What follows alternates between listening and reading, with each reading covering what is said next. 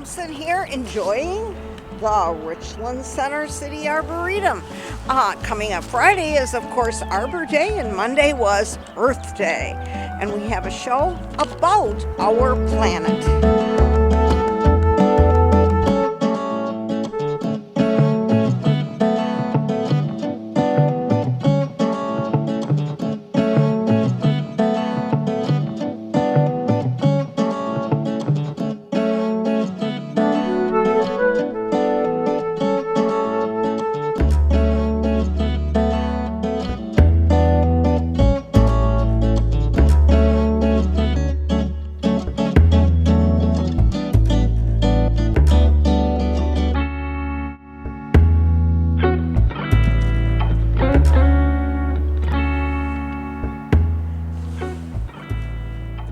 Flowering crab here in the Arboretum. And we'll hear today from meteorologist Bob Lindmeier with a special Earth Day program called Solving the Climate Crisis. Good afternoon. Welcome. Fantastic. My name is Connie Champnoise, and I'm the Richland County Coordinator for Citizens Climate Lobby. And for those of you who don't know, Citizens Climate Lobby is a nonprofit, nonpartisan organization that advocates for national policies to reduce greenhouse gas emissions to address climate change. CCL has over 450 chapters nationwide, and in Wisconsin we have 22 chapters with over 7,000 members. So it's big here in Wisconsin. CCL has four main policy areas that we are focusing on to work on climate change. One is carbon pricing, and carbon pricing is really setting a price on carbon to reduce Americans' carbon pollution by 50% by 2030. So what we really want to do is, money kind of talks. Make it expensive, people use it less, they go to something cleaner. That's the idea behind it. When the government puts a price on carbon, then the money that comes from that pricing goes into a fund that would give everyone a dividend in the country. So it helps us with the transition. Corporations are going to have to change the way they function. That money that they have to pay for using carbon then comes back to all of the citizens or the Americans with money to make that transition, because it's not going to be an inexpensive transition. The other thing we're focusing on too is healthy forests. To preserve and expand forests is one of our main components. So we want to support reforestation, planting trees where they used to grow, or afforestation, planting trees in new locations. We want to protect forests from wildfires and native invasive species, restore forests quickly in a sustainable way after wildfires and other disturbances, and protect forests globally.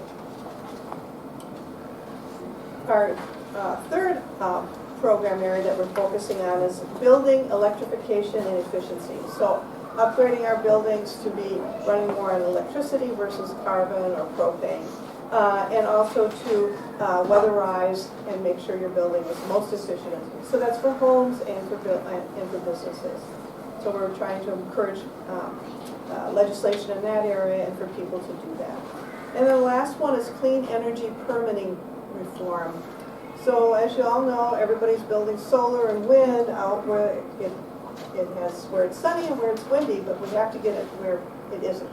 And so that problem, getting it off the plains over to the East Coast or into other regions where they need it, is one of the things that we're trying to help make that streamlined and go more effectively. So we are encouraging that through our work, calling legislators, going to DC to lobby them, and we, as we said, are nonpartisan and a nonprofit, so all of us are volunteers, and we do this to work for a more livable planet. So now I'd like to introduce Bob Lindmeier. He's a senior chief meteorologist at WKOW-TV in Madison. Bob earned his degree in meteorology from the University of Wisconsin at Madison and started his career in 1980 at Weather Central, a weather consulting firm based in Madison. He became the chief meteorologist at WKOW in 1989, a position he has held ever since. Bob is in his 44th year at WKOW, now as senior chief meteorologist. In 2019, he was presented with the Wisconsin Civil Circle Lifetime Achievement Award by the National Academy of Television Arts and Sciences. Bob believes strongly in climate change, education, and has given well over 100 presentations to school, civic, and faith-based groups. He is former chair of the American Meteorological Society Station Scientists Committee, which encourages broadcast meteorologists to speak out about climate change. He is a member of Citizens Climate Lobby. Please welcome Bob Lindmeier.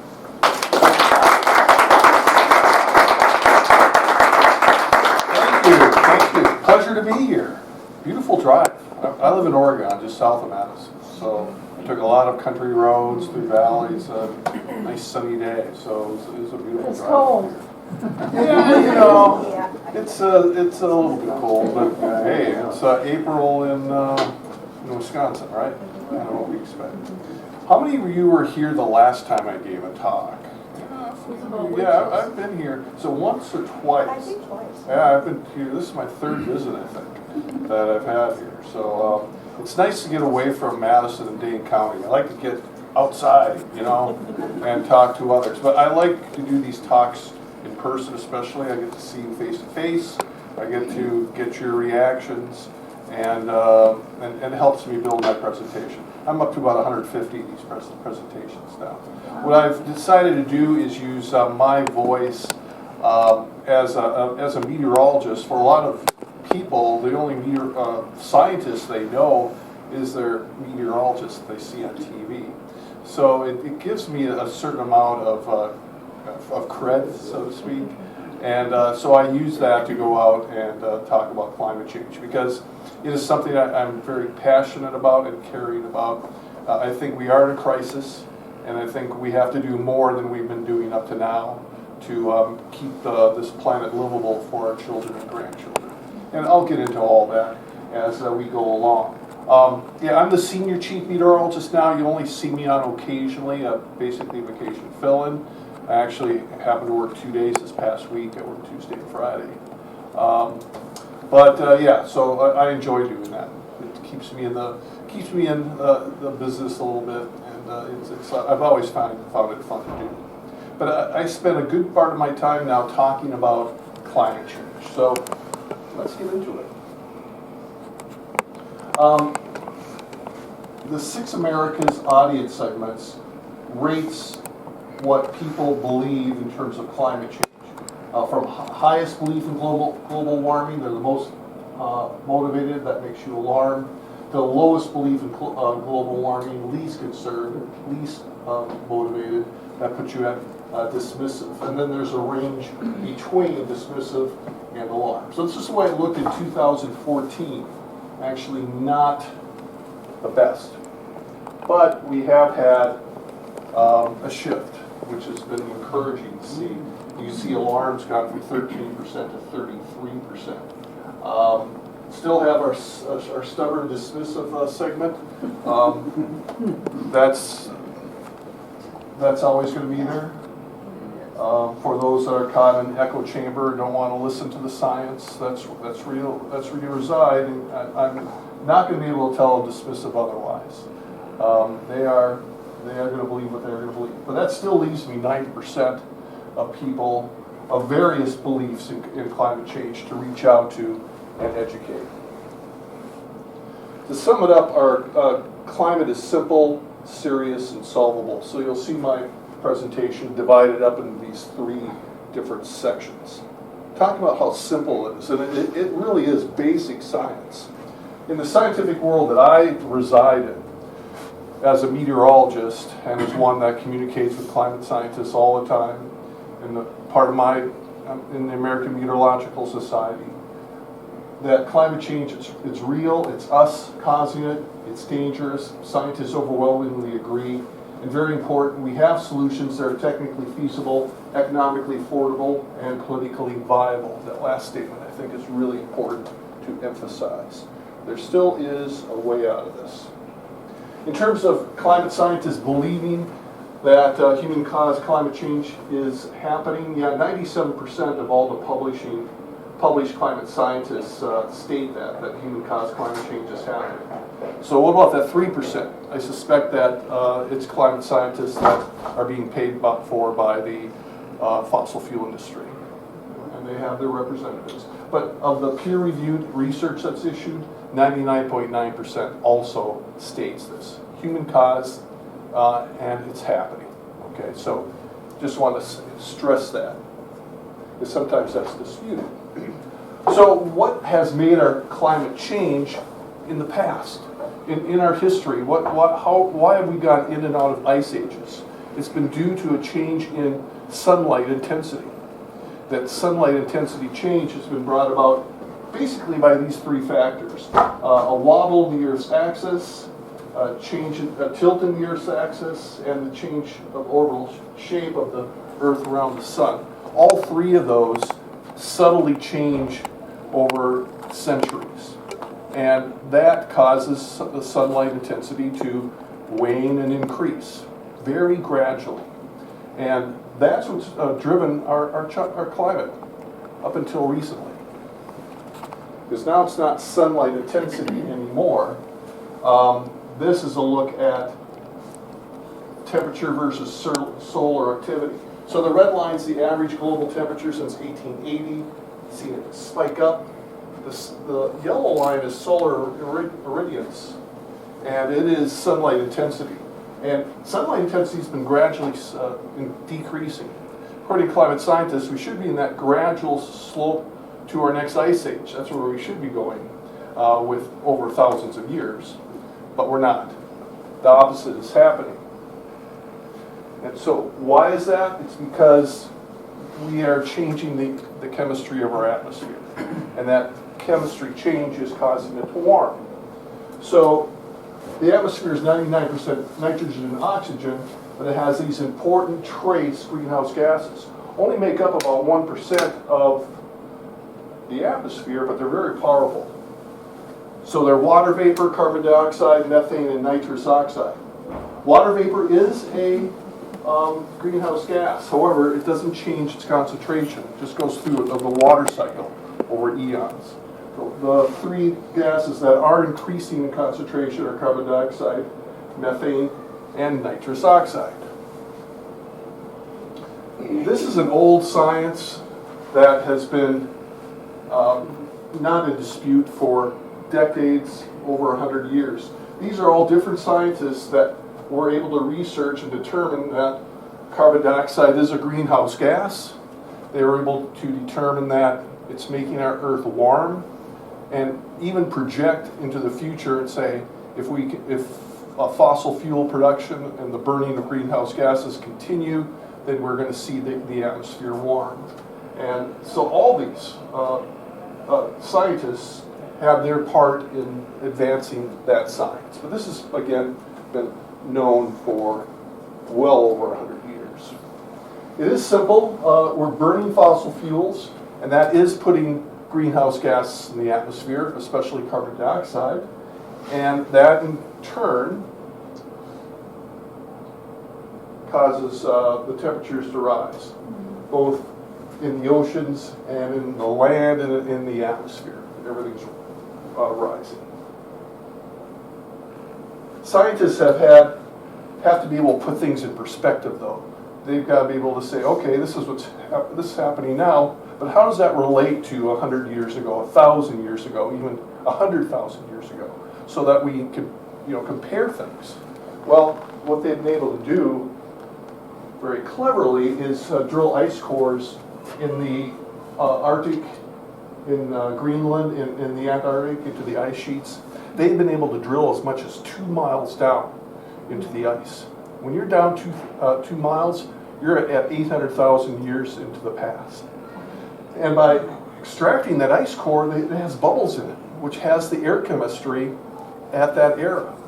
So climate scientists have a really good understanding about what the air chemistry has been doing over 800,000 years. And this is what they found out.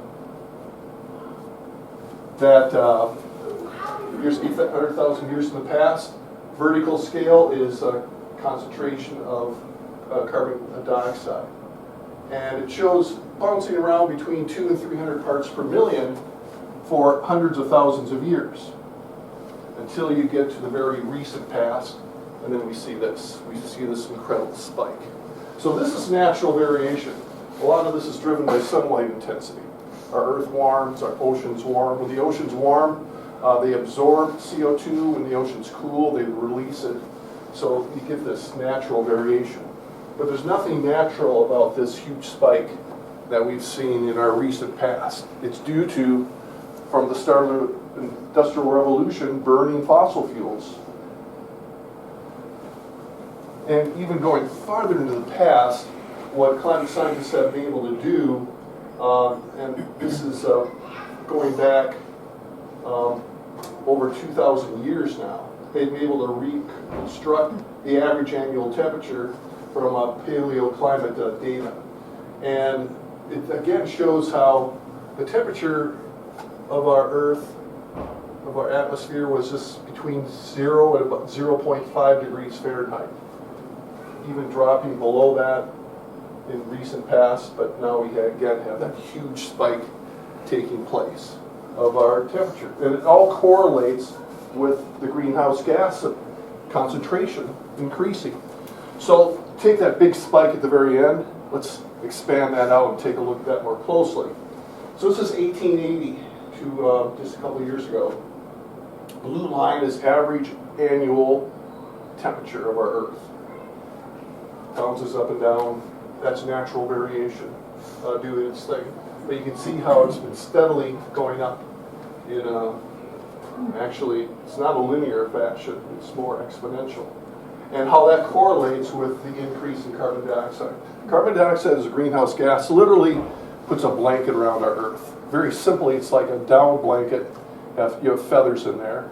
If you increase the number of down blankets in that blanket, it becomes more efficient in trapping warmth. So we've increased the CO2, we've increased down feathers, and this warming has been occurring. So now we're well over 400 parts per million in the greenhouse gas concentration. And methane has gone up as well. Methane is released primarily for us through agriculture and also through cement production and through landfills and through natural gas production.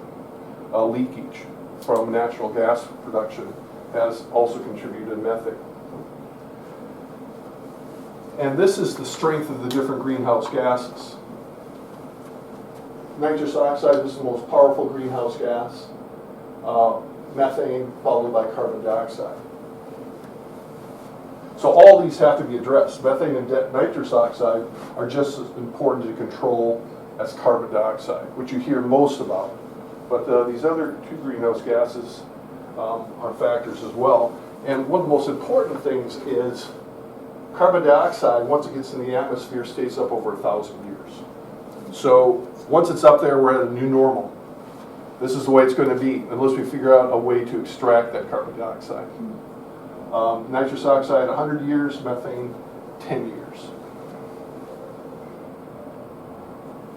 This has been the effect on our global temperature, and it shows a departure from 1881 to 1910 average. And through like the 19 to 1920s, we did have some below average years, but not since this year here, which was back in the right around 1940. Every year has been above average. And not only above average, but getting more and more and more above average as we continue to put more and more greenhouse gas in the atmosphere. That down blanket's getting thicker, and the atmosphere consequently is warming. So that we're now close to 1.5 degrees C, which is about 2.7 degrees Fahrenheit. 1.5 is a benchmark that was set that we should try that we really should not exceed. And you'll see why in just a moment. The 10 hottest years on a record are the last 10 years. 2023, the warmest on record, a little over 1.4 degrees Celsius, 2.5 degrees Fahrenheit.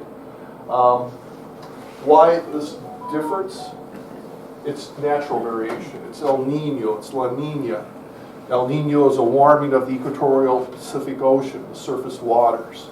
And That's something that cycles through naturally. We've seen it for hundreds of years. But when it flips over and it becomes colder than normal in that equatorial Pacific, that has its own set of factors and influence on our world.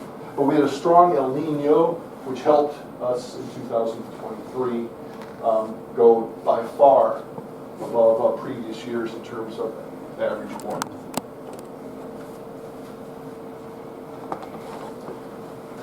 And just to put into illustration, this is last year, the average surface air temperature anomaly.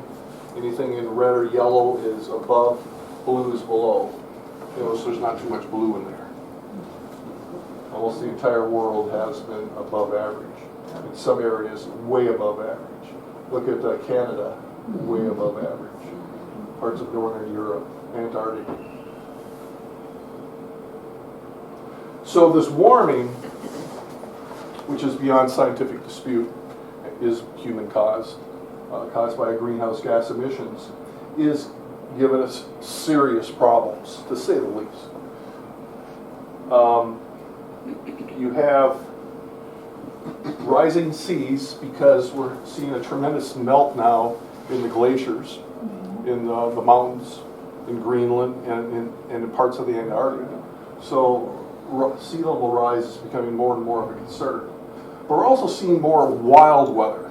This warming of the atmosphere has literally supercharged the atmosphere to the point where it makes extreme events happen more frequently and more intensely. And so that's one thing that we're observing.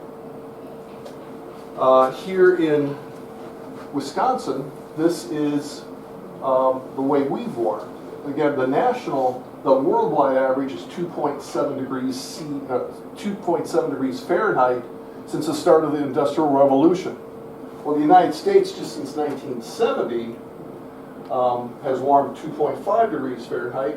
Wisconsin, on average, 2.6. Madison, Richland Center, geographically close enough to each other, about 3 degrees Fahrenheit. So why is it warmer here? Because of the influence of the Arctic. The Arctic is the fastest warming part of the world. And so our winters are not nearly as cold. And that's really had an impact on our overall average temperature that has gone up 3 degrees Fahrenheit, which is a snapshot of time in terms of climate, which you think of in terms of centuries. But it's been happening very quickly, which is one of the big concerns that climate scientists have. This is happening so fast, it's so rapid, out of control. This is records set by decade, again Madison, but close enough to Richland Center. And it shows how we used to have an equal distribution of record highs and record lows back in the 1800s. You can see how that ratio has changed to now to the point where we're seeing almost all record highs. We rarely have record low temperatures. So seasonal warming is not equal. Winter is by far the fastest warming season for Wisconsin. And again, you're going to see Madison a lot here particularly, but again, geographically close enough to Richland Center that we can use Madison here as well. The other 3 seasons, spring, summer, and fall, have not warmed as much, but still it has been significant. So this has caused our summers to get longer and winter season has gotten shorter. And I'm sure this has been pretty obvious to you, the way this is flipped around in the last, especially 10 years. So for our winter warming, the average wintertime temperature for the season used to be, it's gone up 5.1 degrees Fahrenheit, just in, again, a little over 50 years, a 53-year time span. Year to year, it's all over the place, natural variation, bouncing it up and down, but the trend analysis shows that we're about 5 degrees Fahrenheit warmer. That's been having significant issues. We have more warm winter days. On average, we have 16 more days above average than we used to back 50 years ago. And we're experiencing less extreme cold. The lowest temperature of the year used to average out at about 20 degrees below zero during the wintertime season. Now it's about 12 degrees below zero. So it's warmed 8 degrees this to me is the most dramatic impact of our warming winters, is how much that average low temperature has really increased quite a bit. And our cold streaks are shorter. Our cold snaps on average a week less than they used to be.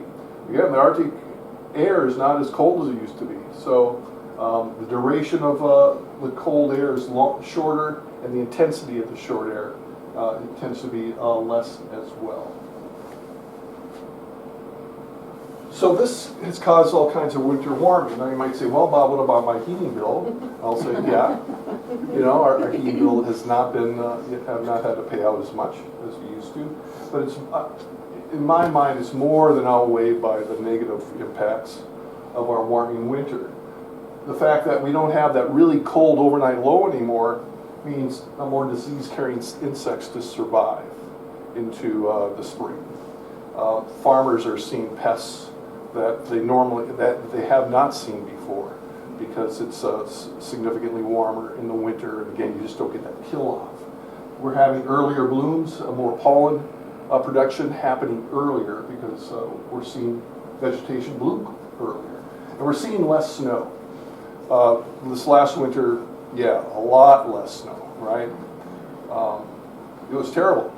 An big economic hit for the state, especially in northern Wisconsin, where they had one of their least snowiest winters ever on record. So here in the central and southern part of the state, we were well below average as well, but they're even farther below average in northern Wisconsin. So, so what does this cause? If you're a snowmobiler, good luck. Normally I'd say put it in a trailer and bring it in northern Wisconsin, but this past winter that wouldn't have done you any good either. I'm a cross-country skier, got out 2 days this past winter. We had that one intense snowfall, right? But it didn't last long. You know, it was accompanied by that cold snap. But then it was like a switch was flipped, and before you knew it, we were really warm again, and that snow just melted really fast. Even for downhill skiing, yeah, they can make snow, but it's been so warm this past winter, many days and nights they were not able to make snow. So on all gamuts, ice fishermen, ice on lakes, much less than normal, record amounts of least days with ice. Winter, big time impact from our warming climate. That carries into spring, because basically we have a mistiming. Evolution is not keeping up with climate change. So animals and insects are feeling that effect. Insect pollination is mistimed. Bird food supplies are disrupted, especially those that migrate up. The food's not there when they normally expect it. Plants sprout earlier. We have that allergy season starting earlier. And we have crop damage too. In the last decade, we've had 2 major losses, one with fruit orchards and another time with vineyards, where millions of dollars in production was lost. Basically because we had a really warm spring, but that cold air can still come down and invade, and you get that cold snap where temperatures go below freezing, and then you get all kinds of damage like that. Would you mind if a question is asked? Yeah. Why is the food supply disrupted for birds in a negative fashion? Because it's coming in earlier than everything. All the vegetation is sprouting earlier, right? So, and the birds normally don't come in that early, so it just sprouts earlier for the most part, and then that causes the disruption in their food supply. So, yeah, serious implications. To divide it even more, it's nature, health, and economy, I think, are the 3 categories that you can put the serious label on. Let's talk about disasters, billion-dollar disasters. When you talk about an extreme event, if it's a billion-dollar event, that's an extreme event. That's one metric you can use. And it shows that, this for the United States, the number of billion-dollar events used to have a frequency of 60 to 100 days between them. Look where the frequency's down to now. It's down to less than 20 days for the most part every year. And this is what we'd expect. Our supercharged atmosphere would do this kind of thing. And here's last year. We had 28 separate billion-dollar weather events in the United States, by far the most on record. And they run the gamut: drought, flooding, hail, hurricane, severe weather, tornado outbreaks, wildfire, winter storms, cold waves. Climate change is not the cause for any severe weather event, but it's a contributing factor. It has its fingerprints on it. And again, it makes it more extreme and get to extreme levels more easily. The fact that we have this supercharged atmosphere for storms and different kinds of climate to feed on. Even winter, when you have a cold spell like they had in Texas, is a big problem. That was the year before, the big cold spell. But our winter weather patterns are unusual and not what they normally were due to climate change. So we have all this economic damage that's taking place because of our warming climate and because of the burning, directly because of fossil fuel production has caused this economic damage. The correlation is there. And we'll talk more about that in a second. But impacts, ultimately, from climate change and the hazards that it produces these impacts: injury and death, mental illness, which is a big one, heat stress, insect-borne diseases, which are increasing, and you get lung disease and allergies, are all health impacts that we're experiencing here in Wisconsin, across the United States and the world. When you get away from winter, our most common extreme weather event here in Wisconsin is catastrophic flooding, flash flooding. And scientists would say, well, this is what you should expect, because for every 1 degree increase in the annual air temperature, you have 4% more water vapor in the atmosphere. So for this area, about 3 degrees warmer just in the last 50 years, that means there's 12% more water vapor for storms to draw on and produce heavier rains than we used to have. This is a good example. In south central Wisconsin, we had the catastrophic rainfall event back in August of 2018, where it's estimated that we had our all-time 24-hour rainfall record in western Dane County. And we had back-to-back years, 2018, 2019, were record wet years on top of the catastrophic events like this. This is just one example. There's many others as well. And on the other flip side is just the fact that you have drought. And here in the west central part of the state, you've been under drought, an extreme drought. Much of Wisconsin's kind of been alleviated from that, but you're still suffering from that to a large degree. Yes? Any explanation for why this part of the state is staying dry? One symptom of climate change is it's weather whiplash. You go from one extreme to another more easily. Once a drier pattern starts to establish itself, it just gets reinforced because warmer air evaporates the ground more easily. So it just tends to exacerbate trends once they get established, whether it's a wet weather pattern that gets going or a dry weather pattern that gets going. It kind of seems counterintuitive, but climate scientists, this is what you'd expect. Both drought and extreme rainfall events cycling through the years, but just more extreme than they used to be. The drought, when they happen, is longer. I mean, last year, that was a flash drought.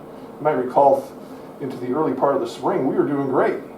But then we just had a couple of months of no rainfall whatsoever, and we went to a flash drought, which is, again, something that I think climate change has contributed to. This slide shows that algae blooms occur more frequently. This is Lake Mendota in the Madison area. This green is a huge algae bloom that occurred last spring. But it goes to, you expect it. Or heavy rainfall events, you have all the nutrients from the land washed into the lakes, whether it be a lot of it's fertilizer and leaves, all that contribute to us having more nutrients in the lakes. And then the lakes themselves are warmer. So when you put that all together, it's perfect for algae, and especially for some toxic versions of algae to get worse. So that's a symptom all across Wisconsin. Here's one you might not think about, is poison ivy. The toxicity of poison ivy has been increasing steadily because poison ivy likes this warmer, weather pattern that we're generally into here in Wisconsin. So the toxicity since 1950 has almost tripled, but it's projected to almost double over the next 30 to 40 years.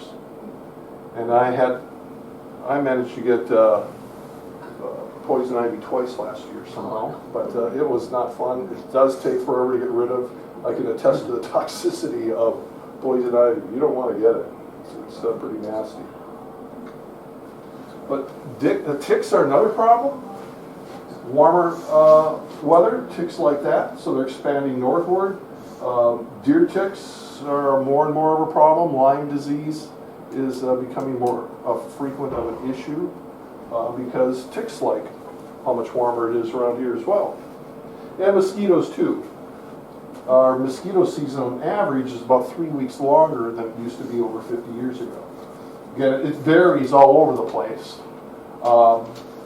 depending upon natural variation to a large degree. But on average, yeah, we have many more days with mosquitoes to happen. And it's just not the inconvenience of being in your garden or in a picnic and slapping some mosquitoes. It's those disease-carrying mosquitoes too that are a problem.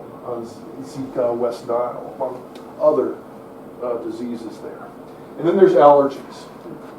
We're seeing more asthma hospitalizations. We just have a longer and more severe allergy season. This is how much longer our growing season is. Between the last killing frost of spring and the first killing frost of fall, we're on average a month longer in our growing season. Okay. So do the farmers have a longer growing season to grow crops? Yes, they do, but they have to deal with other issues with climate change besides that. But again, for all those plants and trees that produce pollen, they're out there longer, producing more and more, and it's lasting longer. I was mentioning 1.5 degrees C. We're very close to it right now. The average annual temperature is 2.7 degrees Fahrenheit. If we consistently meet that, and I think we will, I just think there's so much greenhouse gas built into the system that we're going to continue to warm even if we stop putting greenhouse gases in the atmosphere right now. The momentum will carry it longer. But so we're going to be right around 1.5 anyway, which means we're going to have to deal and adapt to things like up to 30 inches of sea level rise by the end of the century. A big loss of the coral reefs, which has been happening already, bleaching of coral. 355 million people in urban areas will be exposed to severe drought, and that's becoming more and more of an issue, especially in equatorial regions. Drought is becoming more and more of a problem. At least one sea ice-free Arctic summer after 100 years. Actually, I saw literature, this could be after 10 years. They just updated that. You don't want to go to 2 degrees C. Just that half-degree increment in warmth for our global system would add an additional 4 inches of sea level rise, 10.4 million people exposed to that sea level rise and having to move. The ecosystem of the coral reefs is gone. 410 million people in urban areas are exposed to severe drought, and at least one sea ice-free Arctic summer after 10 years. I think we more frequent than that. But what this does, when you have 10.4 million people exposed to sea level rise over 400 million people exposed to severe drought, is it causes migration. People have to move. Society's disrupted. You have all that suffering because the poor and those that are disadvantaged the most, the poor and the like, are the ones that are impacted the most by climate change. So if we get to 2 degrees C, we're in big, big trouble. Can't let that happen, is what I tell people. I want to say as close to 1.5 as possible. So where do we go from here? Well, it all depends on making cuts in greenhouse, in fossil fuel emissions and switching to greenhouse gas emissions, you might say. To get rid of fossil fuels and go over to renewable energies. Finally got it out. But it does show 2 degrees C here. And if we just go business as usual, if we continue on the pattern we're on right now, it puts us up to 4 degrees C, if we were to do no further emission cuts. Now, of course, we are, so we're not expecting to get to 4 degrees C. However, are we going to have substantial emission cuts as well and stay under 2? I don't know. That's still open to discussion as well. But we, in my mind, we have to have these substantial emission cuts to level off that warming and stay away from the catastrophic results of that warming. And just put it in perspective for Madison or Richland Center for that matter. If you go on that line, that red line projection, and do little in the way of cutting additional greenhouse gas emissions, we're going to have the summer of Alexandria, Louisiana by the end of the century. I don't know about you, but there's a reason I live here in Wisconsin and not in Louisiana. But just imagine having that kind of summer where it's really hot. But this is what our ecology will look like. What are our plants going to look like and our trees? Not what we have now. It'll be a different world. Luckily, this is solvable. The news is dire in the way things are projected out right now, but we can make the changes happen fast enough to stay under 2 degrees C, stay close to 1.5. Now the challenge is that greenhouse gas emissions are divided up throughout our economy. 11% in agriculture, commercial and residential is 13%, industry 24%, electricity 25%, and for the United States, transportation is the largest sector at 27%. So if you're going to decrease greenhouse gas emissions enough, you've got to address all these different parts of the economy. You just can't concentrate on one because it just won't be enough. So what can we do? Well, Connie mentioned this to 1 degree, something that this climate lobby is looking at, is just limiting your carbon footprint, reducing the amount of electricity that is produced. And that helps out significantly. And buildings are a big area. We have many buildings that still are not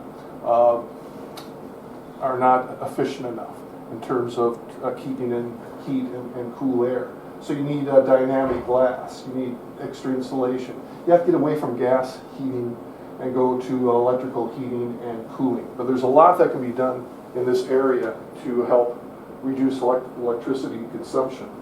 There are things that you can do locally in your homes, and when it comes time to replace your furnace, strongly look at these heat efficient heat pumps. They're really advanced. They work very well now, and they can really make a big difference in your electrical costs. Just increasing insulation, energy smart appliances, smart thermostat, LED lighting are all kind of low-hanging fruit that we can all do, and many of you I'm sure have done. But if you make your home as energy efficient as possible just by doing the low-hanging fruit, you can save over $500 a year in utility costs. That's the average for Wisconsin, and reduce your CO2 emissions by about 3 tons, which is pretty significant. Transportation, of course, a huge one. We have to continue to electrify. everything as quickly as possible. It's happening, but we have a long ways to go. We really do in terms of getting enough of transportation. But the momentum is definitely there. Definitely we're seeing some good things happen in that area. For farmers, there are things that can be done as well, especially since nitrous oxide and fertilizer applications is such a big problem. Just keeping, if you till the earth and just keep that earth exposed to the air, you lose. Also, carbon dioxide is released along with methane gas. So there's things that can be done, growing cover crops, applying compost, reduce tilling, that is becoming more and more prevalent for agriculture. There's a documentary called Kiss the Earth, which is very good. I recommend it. It's pretty easy to get if you Google it. But it really goes into agriculture and what can be done there. And you know, obviously, farmers are living right on the edge, right? I mean, they're barely just keeping their head above water year to year. So whatever's done in this area will require quite a bit of support, government support, so that any negative financial implications from transitioning over to renewables quicker, that's addressed for the farming community. There's also these natural carbon sinks that we have, that we've had for eons. They draw out carbon dioxide, and they include grasslands, coastal wetlands, peatlands, and forests. We've been losing these different carbon sinks, and we have to stop that and actually start to gain it back. You hear a lot about trees being planted, and that's great, but there's these whole ecosystems that also have to be preserved, and not only preserved but increased as well. Another thing that we can all do on our own is you can make an impact on climate change by just what you eat. Animal-based foods are more resource intensive than plant-based foods.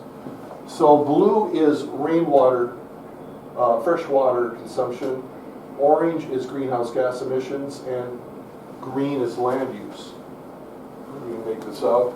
Beef, dairy, poultry, but especially beef, way up there. Pork is very high. Compare that to your plant-based foods, much less resource intensive. So what you can do in terms of eating as a vegetarian definitely can help. Can help, and I've been trying to practice what I preach here. Because I've been a long time meat eater, but my vegetarian daughter's been helping me out. And I've been finding out how good vegetarian foods can be. It's like, oh wow, I didn't know this. We're eating more than half of our meals are definitely not meat-based. But besides those things, the number one thing we need to do is accelerate this transition from burning fossil fuels to using, from burning fossil fuels to transitioning over to renewables at a faster rate than is happening right now. It's happening, but we got to accelerate it. So in terms of what we can do in that area, one source of renewable energy is actually when we go to nuclear. Obviously controversial for good reason, but there's a lot of research being put into that, especially in these small nuclear reactors that hold hope that they can manage that the issue of storage of the nuclear waste and making them safe. So research is being done there, and I'm hoping that that's going to be able to help us in generating power, is using nuclear. But the big ones are wind and solar. And solar is still most effective in the southwest United States, but it's still effective enough here. And that's why you see solar all over the place. And wind is still, for Wisconsin, a source of of generation as well of renewables. So we see both. But U.S. solar capacity has steadily gone up just the last 10 years between utility scale and small scale production, because it's pretty simple. The cost of making renewable energy is so much less. Of solar panels, of the wind mills, they can be made. They're cheaper than it costs to put out to build a new coal-fired plant. So that's why you don't see any new coal-fired plants being built in Wisconsin. It's just a matter of when they look at the costs, the power utilities, they say, well, yeah, this is cheaper. We have to build. We have to use solar and we have to use wind. So it's just being generated, this transition up to now, by this cost differential. It's cheaper for renewables to be made and used. That's the case, for the United States. 22.1 million homes are now powered by solar. 16% increase just since 2022. And Wisconsin's part of that increase. Not like California and Texas, but we're still seeing that generation happen. And this is Wisconsin. We've had a 48% increase since 2022. 142,000 homes are now powered by solar. I went with solar like 3 years ago now on my house, as is my church, also solar. Here's the Wisconsin solar capacity, and yeah, it's increasing a lot. We still have a long ways to go. Most of our energy is still being produced by coal-fired power plants. Most of our electricity, by far, is still coal-fired power plant based. So the transition's happening, but we have a long ways to go, and we have to have this happen quicker if we're going to keep that line leveled up right around 1.5 degrees C. And there's good news in that regard, in getting things to be accelerated, and it was actually from our federal government.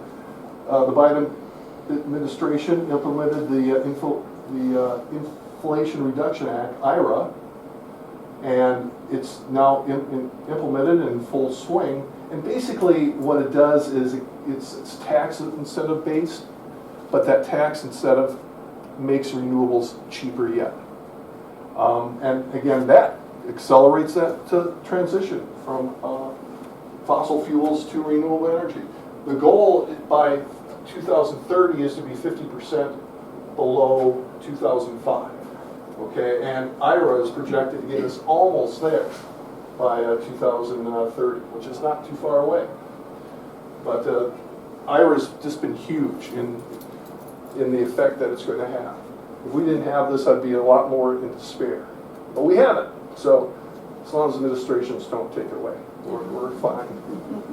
Which, again, I don't know. So I still hold my breath there.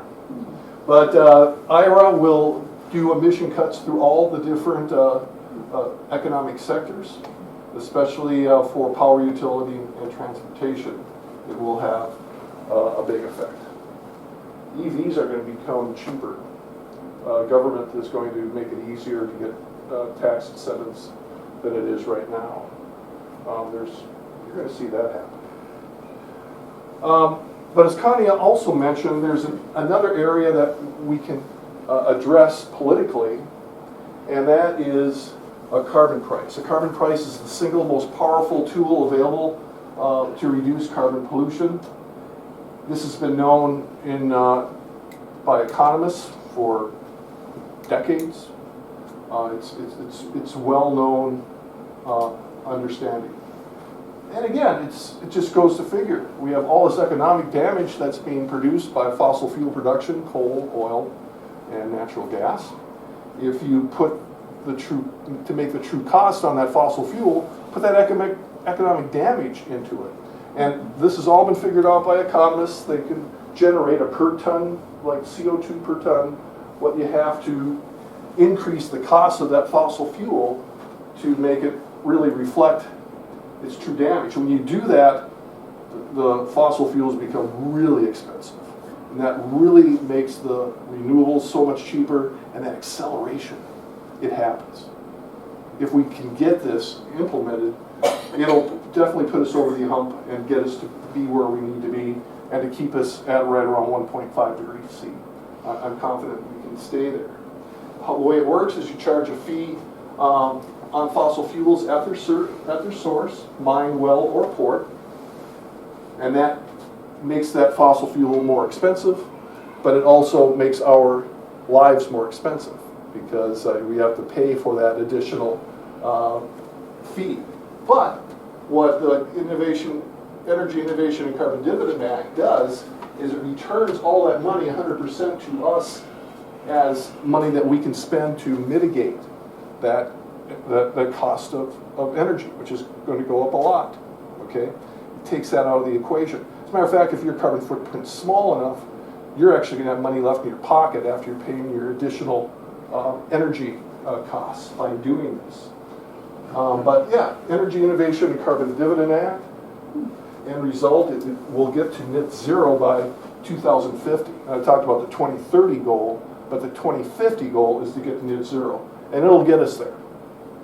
We'll be under affordable clean energy, which saves lives, pollution is so much less, and it puts money in our pocket, and actually it'll help the economy.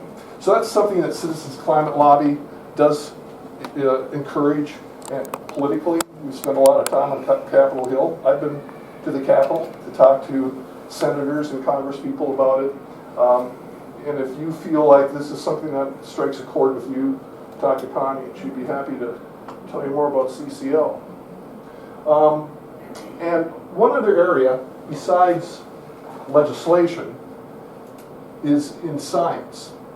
And we can use science to extract greenhouse gas emissions. And it's called climate restoration. The goal is to reduce the level of carbon dioxide and methane in the atmosphere to pre-industrial levels using a wide array of technologies now in development. You might have seen this one on 60 Minutes about a month ago or so. They highlighted this direct air capture. There's a Swiss company that makes these, but they literally suck in the air, extract the CO2, and then sequester it. It's not scalable yet. It's not affordable enough to put it into mass production, but they're working hard at it, and they're encouraged.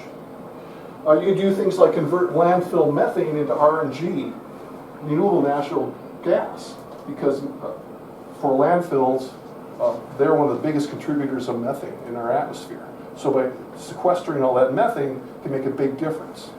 And the technology's there. It's being used in Dane County and Madison. The Dane County landfill is not producing any methane. It's all being converted to RNG by technology that Dane County developed. They did an amazing job. But now other counties are looking at that as well to replicate that. But that's one that is scalable and being used. Convert garbage into sustainable aviation fuel. That's being done, but it's not scalable and affordable enough yet. There's regenerative agriculture, there's enhanced ocean atmosphere, methane removal. There's all kind of them. I'm not going to go into all of them, but there's a lot of these technologies that are being looked at. IRA, a lot of money from IRA is being poured into research in these technologies as well. But I think really, if we're going to stay around 1.5 and well below 2.0, a few of these have got to come through and help us in terms of extracting greenhouse gases from the atmosphere. So I just don't trust, especially our political system, to do everything that we need to. So we need insurance like this to help us get there. But it's really encouraging what they're doing. I'm going to finish off here, just got a couple more slides. One thing inevitably I'm asked about is, okay, Bob, what about China? And that's a good question. What about China? They're still building coal-fired power plants. They're still increasing the amount of CO2 that they're putting in the atmosphere. But keep this in mind, put things in perspective. The top CO2 emitting countries from the start of the Industrial Revolution to now, it's us. We're the reason we're in the pickle we're in right now, primarily. It's because we electrified our country. We become such a consuming nation that we have over the last couple of hundred years, been the number one culprit in terms of putting CO2 in the atmosphere. Now, if you look at share of CO2 emissions, this is as of 2020 annual emissions, and it does show China, yeah, way up there, 28%. The rest of the world is not even quite in, does not match. There's the United States at about 16%. So China is a big problem, but what they're facing is still electrification of their entire population. There's large parts of swaths of China that don't have electricity, and so they're under pressure to get that done. And so coal is the easy way out, and they have been using coal to help that electrification occur. But having said that, electricity generated per year by solar and wind power from 1990 to 2022. So here's solar. This is how much China has produced in solar. This is where the United States is. When you look at wind, look where China is. Look where the United States is and the rest of the world. So yes, they've been building coal-fired power plants, but they've also been so aggressive in expanding their renewable energy sources, much more so than we have been here in the United States. Share of electric car sales among passenger vehicle sales. There we are, as of 2022, 8%. There's China, 30%. So what I tell people is, yeah, China's a problem, but we're a problem. Let's get our own house in order. Let's get us to where China is in terms of percentages of renewable energy that are being generated, and then we can say, hey, what about you? You know, but that's the kind of perspective I take on that. So yeah, you know, we've done big things in the past. We put a man on the moon in about 10 years. It's just a matter of what we try to do and what we put our minds to. What can you do? Have conversations with your family, friends, and neighbors about climate change. It's kind of the elephant in the room, but I think it's something that's very important to talk about, especially your kids and grandkids who are very busy with their lives, probably growing kids and making ends meet. But it's an important conversation to have. And you doing it, it's the most effective way. The number one effective way to, if someone's kind of, I don't know about climate change, you can change their mind and make them buy into it more. Vote for candidates that advocate for climate change solutions, everything from school board through village, city, state, federal. Make sure that you know their position on climate change and that they're aggressively advocating for renewable energy. Join an environmental organization.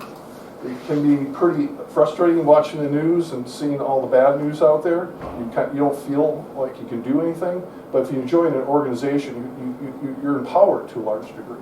I've found that through CCL, but there's Sierra Club, there's 350.org. There's so many environmental groups that are making a difference, and I really encourage people to join. So to sum it up, it's simple. It's well understood science that goes back to the 1800s. It is serious. The impacts are already being felt and will only accelerate unless we are more aggressive, but it is solvable. We have what we need to make changes. So this is my wife and these are my 3 grandkids. And that's why I drove an hour and 20 minutes here today, right? This is what motivates me to continue to do talks like this. And I'm sure that's a reason that many of you are here, because you're kids and grandkids. And what we need to do to keep this world livable for them, because I don't say that lightly. I talk about crisis, I talk about being livable, our Earth, but that's where we're at right now. It's that serious of a problem. So it's just not our kids and grandkids, you know, it's just the children. As you get to the end of the century, show those projections by the end of 2100. What's it going to be like for them? So thank you for the talk, for listening to me. Thank you.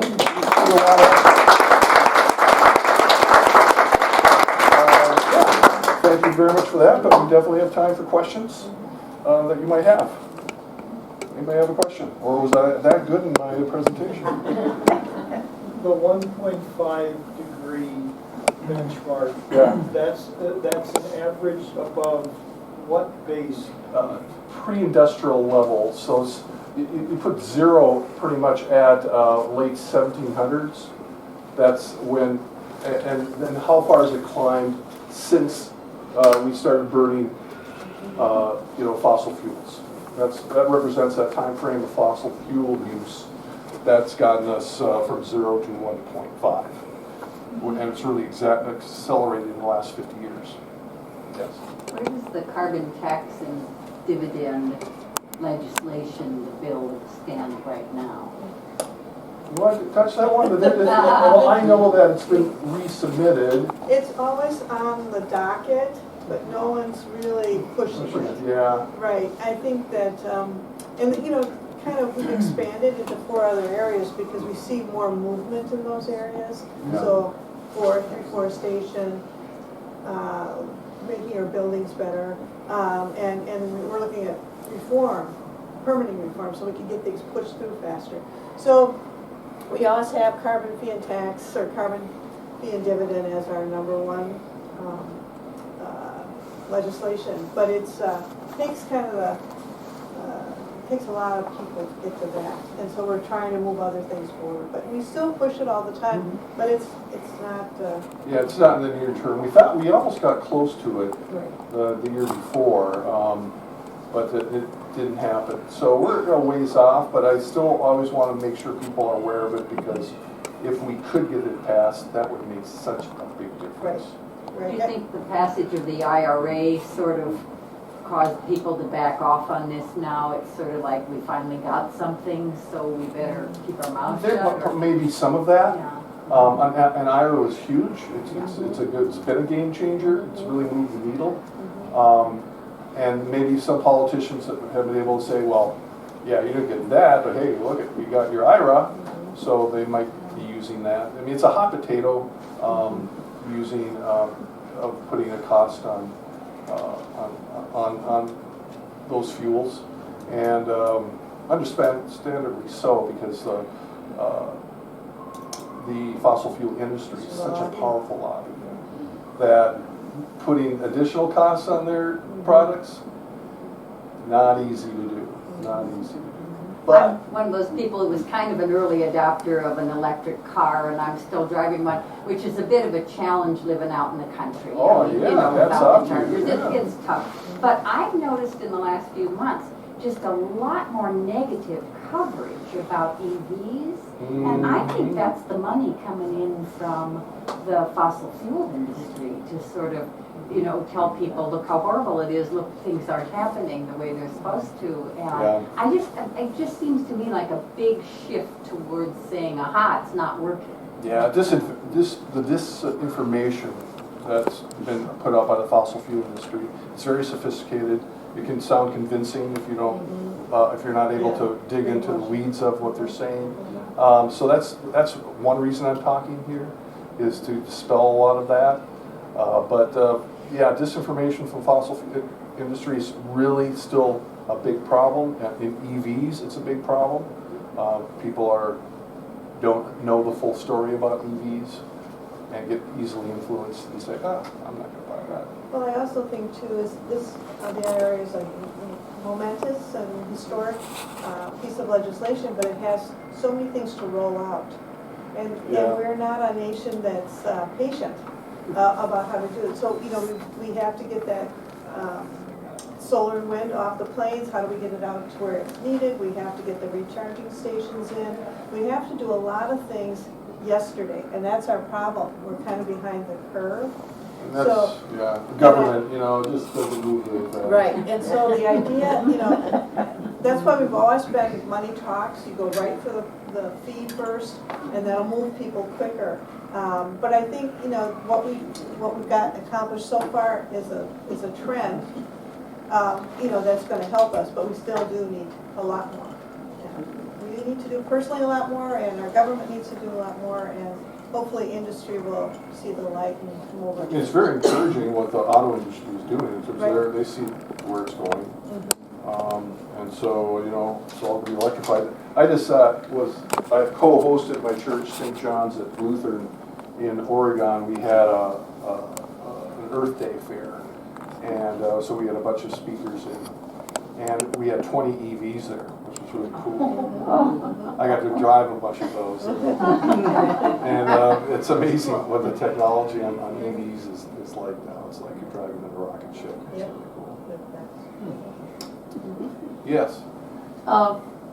I decided to invest in my farm, so I contacted a solar company in Yeah. Viroqua, and they came out and talked to me, and I decided to go solar. But focus on energy. That's a program. Yeah. What I found out was they won't give me any like support or discount for what I've installed, because at my age I can't do the farming myself, you know. So I rent my land Sure. to a very good farmer, and so because I rent the land, I can't get that discount. What can I do to protest? I mean, how can I do that? How can I protest? Because I feel because I'm the age I am, and I have to rent my land, why can't I get that discount? Are you in are you in Richland Electric? Yes, I am. And because not all electric companies are affiliated with Focus on Energy. Oh, So, really? yeah, so Richland is. Oh, yes. Yeah, so I think, talk to Amy Martin.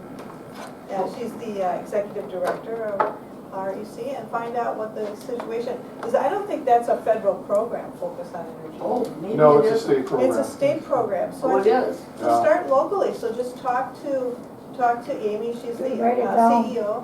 Yeah, yeah. Yeah. Yeah, and then start there and find out why this is, and then Right. figure out what it, Right.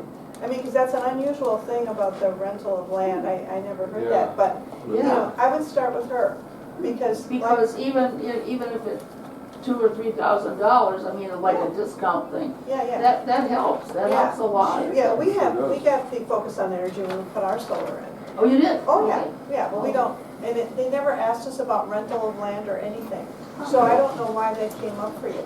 Because I actually called the power company to come out and look at a tree, a big oak tree, that, there's a branch that's right near a wire. Uh-huh. And I said, can you come out, can you send a crew out and trim that tree? And I talked to him a little bit about this gentleman, about doing some solar. He said, well, yeah, a lot of people do that, but he said, I really don't, I really wouldn't do it. I mean, come on. But on the other hand, you I want would to. Yes, also No, I'd really suggest, follow up with her and Okay. talk to them. okay, I will. and also Renew Wisconsin Yeah, is an excellent resource. Renew Wisconsin, you can Google it and it'll come up. renew. Renew Wisconsin. It's a state-based organization Okay. entirely focused on renewable energy in all of its forms. And yeah, I've been working with them for years. They're so knowledgeable, and they might be able to give you some direction. Right, Well, maybe they could give me some direction too, because the farm has a really active system of springs that come right down the valley. We've got a huge spring that I'm sure Native Americans were using 1,000 years ago. right. So I was interested in trying to harness that stream to provide at least heat, Yeah. you know. Oh. But I don't know how to do that. I don't Oh, know. renew would be I don't know if I have to good. go geothermal and put wells in No. to do it, because I know a friend of mine has done that. Yeah, Renew would give you direction. Right. Okay. But Next really steps. start locally on that, because they've never asked me about my land being anything. So I don't know how that came up. That they- Okay. Yeah, so find Great. out if that I'll was do that. correct. Thank you. Yeah. Other questions? Yes, sir. Just compliment on your presentation. That's excellent information, presented very well. Is that PowerPoint available anywhere that we can go online and see some of the Yes. slides again? If you email me, I can get you the PowerPoint. I also have it, it's been recorded here, but I also have a recording that I have available as well, that I can make available to you. That would, it tells you, how did I describe the slides? It's one thing to have the slide presentation, but how did I speak to them? And using them together, I think, would really help. And we don't have your slide up anymore, but what's your email again? It's just Bob Lindmeier at Gmail. So BOBLINDMEIER at Gmail will get you to me, and I can help you out there. Yes. So when we look around this room and our average age, what do we do to get the young people who are most impacted by this involved in something like this? Yeah, this is kind of the average demographic that I speak to, unfortunately.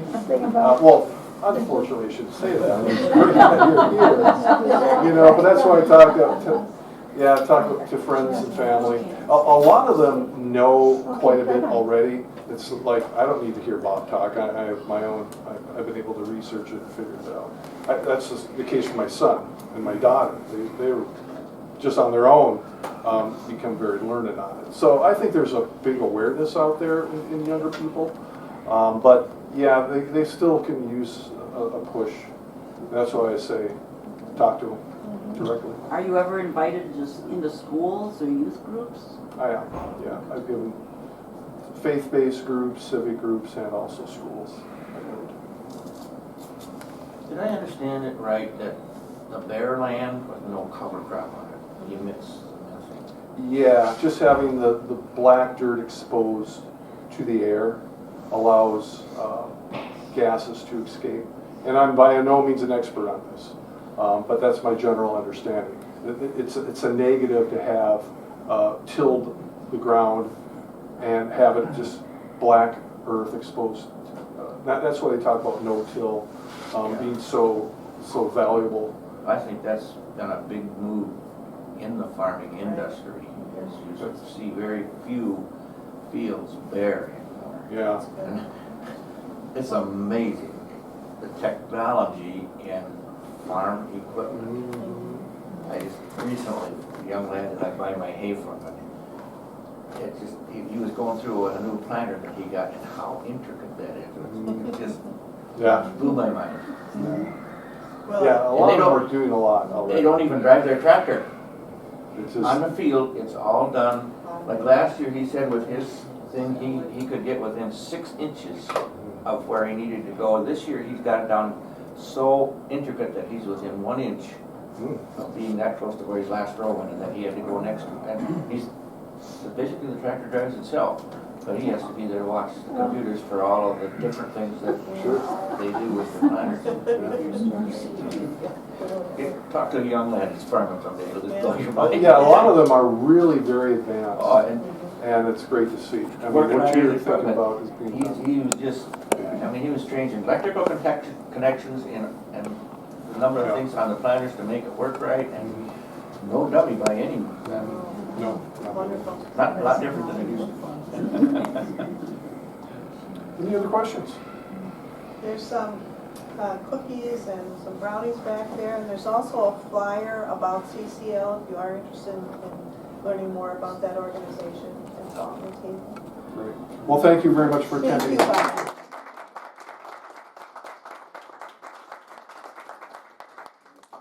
Well, I had a hip replaced 4 weeks ago. Would you have known it? No.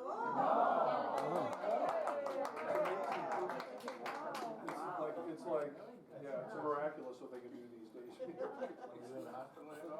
What's that?